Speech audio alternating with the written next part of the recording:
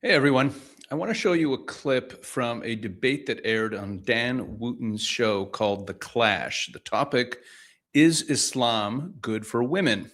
And I want to react to it together with a book I've just finished reading that I want to tell you about. Robert Spencer's book, Holy Hell: Islam's Abuse of Women and the Infidels Who Enable It. Okay, this is the book right here. You could find it on Amazon. I think it's only available in Kindle version. And we're going to talk about this book in this video. The debate is essentially the book playing out in real time on your screen. So let me quickly set up who's in this debate. Dan Wooten is the host. Nuria Khan is an ex-Muslim. She's host of a show called Beyond Belief, a woman who lived under Sharia law in Dubai, tried to get divorced from an abusive husband, and was nearly forced by police to return to his home. The other woman in the clip is Fahima Mohammed. She's a Green Party member and a practicing Muslim who's trying to make the case that the Islam she practices has nothing to do with what Nuria experienced. All right, so let's go. Muslim at the time, you have to go under Sharia law, even if you live in a modern, glossy state like Dubai. And so just to enact divorce, you have to lose all the small rights that you have, which is a monthly maintenance according to Islam. So I forego all my rights. The police were about to send me back to my husband's house where you can't leave, essentially kidnap. And then because I was still fighting to get a divorce, he had convinced them that there were Islamic demons or jinns inside me. And that's the reason I wanted a divorce. So I was forced to go to Islamic therapy and counseling. And that's like the exorcism type practice? Yes, exactly. I've heard about this. Yes. And that is apparently a very dehumanizing, horrendous experience, the exorcism. Yeah, absolutely. What happens? Well, again, you're surrounded by men in this religion. I was sitting with an Emirati sheikh, and he's just trying to read like bits of the Quran and things on you to try and make you. And it's almost like they think they're cleansing you. That's what they believe. Exactly. There's always a cult in every faith. And I see that as a cult, which I firstly have called out. I've sat in mosque and I've heard. Fahima, I have heard. Fahima, just let Nuria ask the question. Can I ask you a question? Because in. the reason I still managed to escape by, the skin of my teeth and get out of there. If I had children, all of these judges said to me, if you had children, you would be screwed. Yeah. So just asking you, woman to woman, in Islam, who gets custody of the child after they're done breastfeeding and they're about grown enough to be with the dad? It is 7 years old, maybe? Who gets custody for life? It is the man. Despite no matter what's going on in his life, whether he's an extremist, no, terrorist. That shouldn't be. That is not that. If you are in Islam, who gets it? We are mixing countries Fahima, and you cultures. Just said that you were equal.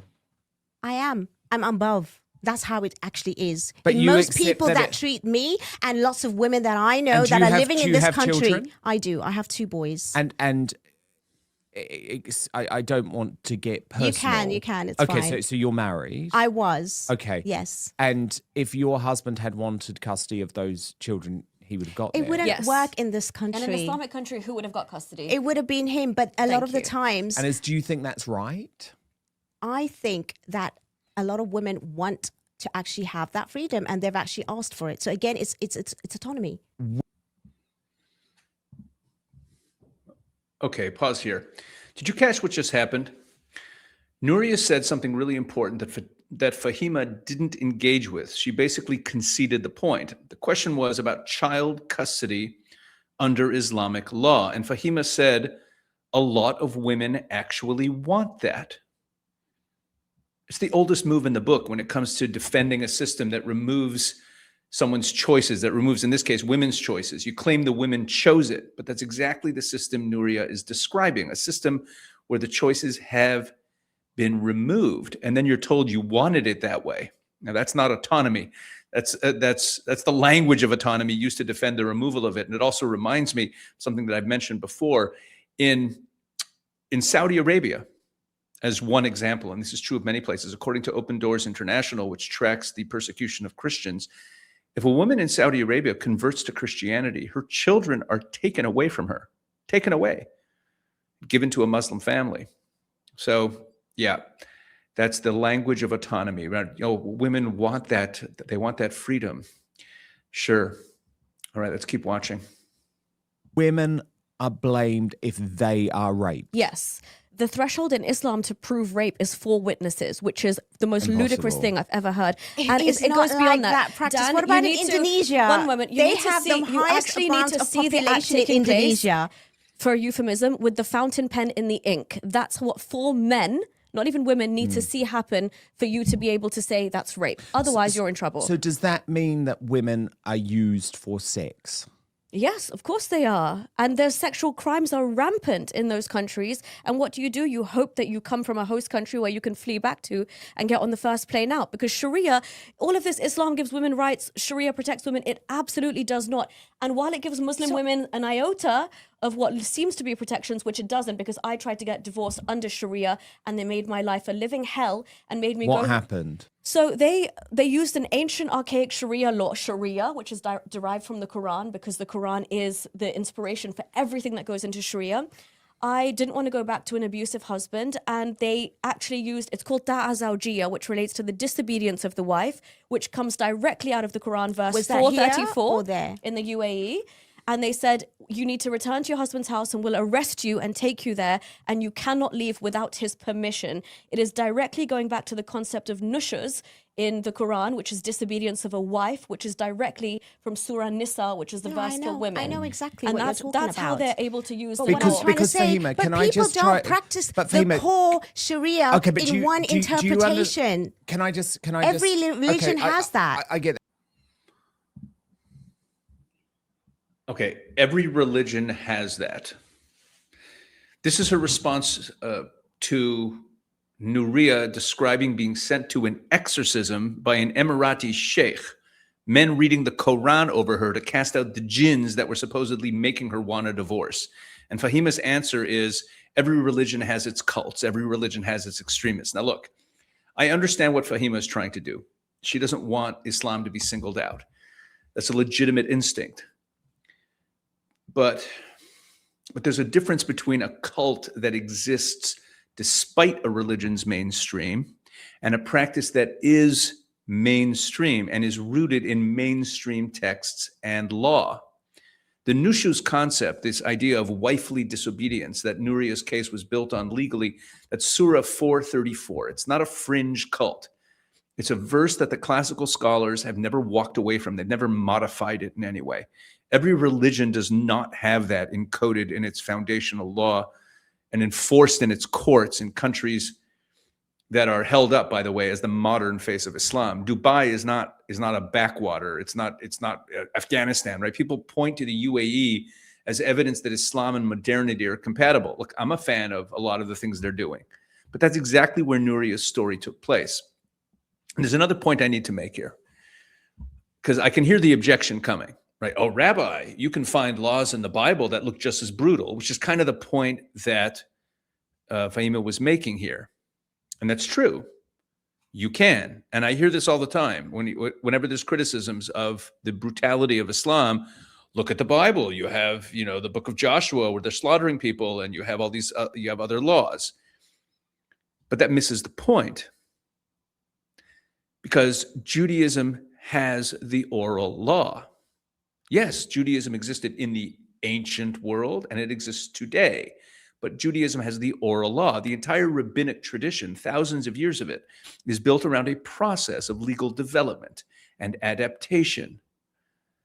The halakha, Jewish law, is a living system. The rabbis of the Talmud made it functionally impossible to carry out the death penalty, for example. They created all sorts of rules around it for it not to happen. Lashes haven't been administered in Jewish courts in literally millennia. That's not rabbis ignoring the Torah. That's the system working as it's designed to work. Interpretation, development, adjustment, generation after generation of the greatest legal minds in Jewish history wrestling with the text and moving the tradition forward and adapting it. That process exists in Judaism, which also, again, has law, just like Islam does. The question, the serious, honest question, is whether a comparable process has happened within Islamic jurisprudence on these specific issues. And the answer, which the mainstream Islamic scholarly tradition would largely agree with, is no. Like another example is, you hear this all the time, that in the Talmud it talks about marrying girls of a fairly young age. of a much younger age than we would marry girls today. Okay, it's true. It says that in the Talmud. Has anyone done that in like forever? No, because we adapt our law. The classical position on milk al-yamin, on the evidentiary standard for rape that Nuria was bringing up, on the obedience of wives, this hasn't been revised in Islam. It's still there. That's not an attack on Islam. That's just the state of the tradition. So when she says here, every religion has that, it's only true if you stop the sentence right there. The full sentence is, every religion has difficult texts, and then the traditions diverge dramatically in how they deal with them as humanity develops and evolves and as society changes. All right, let's finish the clip. But Fahima, what I'm trying to understand here, and I hope you can understand where I'm going with this and why I'm trying to understand this, because I presume you acknowledge, and if you don't acknowledge, please interrupt me, but I assume you acknowledge that there has been a massive scandal in this country with Pakistani Muslim rape gangs. 100% I acknowledge, and I spoke out about it too. Yep, exactly. So what I'm trying to understand is why those types of barbaric practices were allowed. And when I hear the way that in their host cultures, these Islamist men are allowed to treat women, it all of a sudden becomes more understandable as to why they thought white girls could be treated in that way. It's not acceptable anywhere. It's not acceptable. But it for any sounds like person. it is. No, it's not. I don't know where you're getting that from. Well, there is no Muslim I'm getting it from Nuria, Yeah, who but lived Nuria it. is also talking about extreme countries, which I find that also Dubai are is extreme. The UAE is have- extreme. That's the example Muslims quote to say this is the most modern form of I Islam. don't think that they are, the sort of epitome of Islam. I don't think any country actually in the world is that's an the epitome communist argument. of There's no real no, Islam. because what I'm saying is they don't interpret my sort of way. Your version, okay? Fahima. Why is your version better than all the scholars that have ever come? I follow Why is your scholars. version- It's just that my scholars are very few and limited. Do you not understand? Well, they I wish do your have scholars were that. more mainstream They are because this very, is not- very limited, and the Fahima. scholars themselves Okay, argue then let me against ask you, it. Then let me ask you this. I get Muslims against let me ask you this.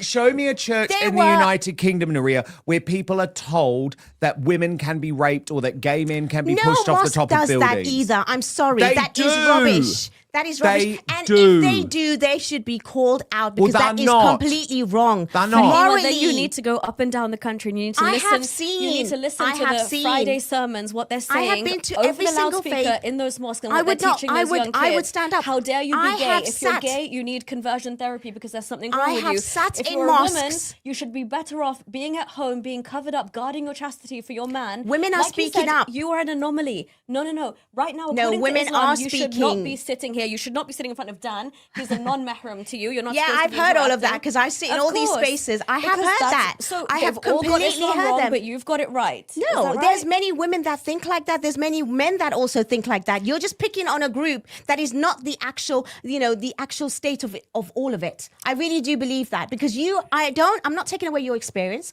I'm not taking away what you think. Thank you. And I do acknowledge the fact that you are not Muslim and you Nuria, have what all was right your to do experience? that. All right. Let's unpack what we just watched. So the structure of this entire debate is one side presenting lived experience and primary sources, and the other side doing everything possible to shrink the frame. Let me explain what I mean by that. Every time Wooten or Nuria tries to expand the context, what does Islamic law actually say? What happened in Dubai? What's happening with the grooming gangs in Britain? Fahima pulls it back. That's extreme countries. Those aren't real scholars. That's not real Islam. Every religion has its problems. This is a pattern that I've talked about many times, that the more context you bring in, the more you expand the lens, widen the lens of what you're looking at, the harder it is to hold these denial positions. So the move is always to narrow the context down to make it more manageable to hold these positions. And that's why Robert Spencer's book matters so much for this conversation. His book, Holy Hell.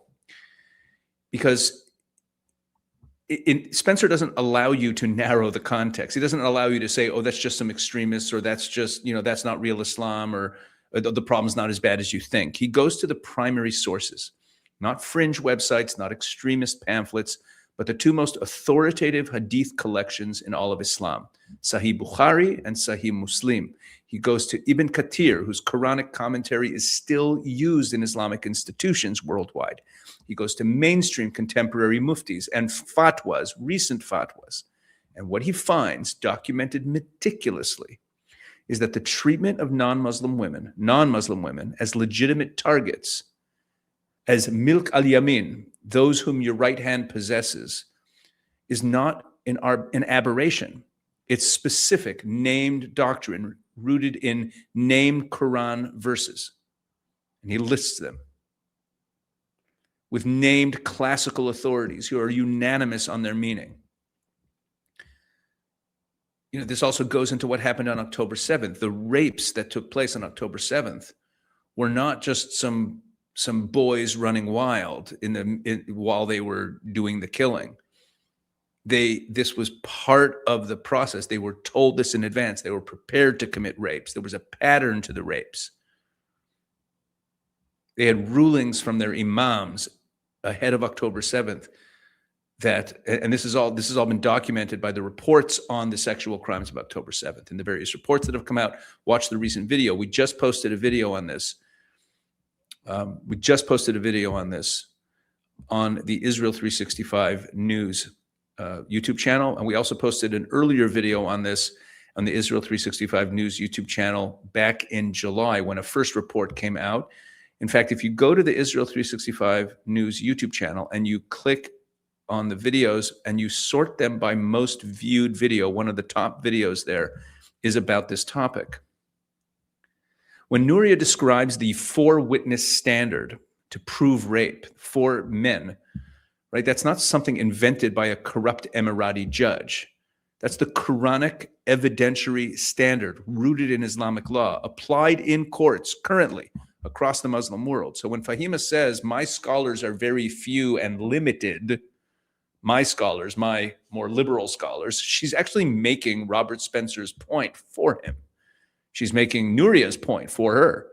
She's telling you that the dominant tradition, the one running the courts and the mosques and the legal systems in majority Muslim countries, is not her version. Her version is the minority. And the version that sent Nuria to an exorcist that threatened her with arrest for leaving her husband, that's the mainstream. I want to be clear, because I always want to be precise. I'm not saying every Muslim's a threat to women. Fahima clearly isn't. But the debate here is not about individual Muslims. It's about the system, the religious system, the legal and theological tradition, the culture, what is considered acceptable. And on that question, the sources are what they are. The evidence is what it is. You can't wish it away by saying my scholars are nicer. Now, I hope that whatever her nicer minority scholars are, I hope they win the day and they convince Muslims to back away from this, from their tradition. But it is what it is. There's one moment in that clip, I mentioned it before, but I can't let it go. Nuria says to Fahima, if you had children, the judges told me, you would have been screwed. Under classical Islamic jurisprudence, child custody reverts to the father. This is fiqh. It's Islamic law, not culture. It's not a regional holdover. And Fahima's response essentially is, a lot of women actually want that. I mentioned it earlier. That sentence should haunt you. This is what it sounds like when someone's defending a system, responding to the testimony of a victim by telling them, well, actually, really, people want this. Really, the women want this. Spencer's title, Holy Hell, gets at exactly this. The holy is the key word. What Nuria experienced wasn't random criminal behavior. It was religiously sanctioned. It was legally enforced. It was theologically grounded. That's what makes it so resistant to the kind of reforms that Fahima is saying that she's a part of. You can't reform what the mainstream tradition doesn't recognize as a problem. You know, as you watch this clip, you got to think about, what do we as Westerners owe these women who are being oppressed? There's the bigotry of low expectation when we say, oh, that's the Muslim world, let them govern their own affairs. And that statement by Fahima, oh, that women actually want that. I'm actually treated as above men. She even said that in there, but yeah. When you whitewash things like that, it's it makes it even more dangerous.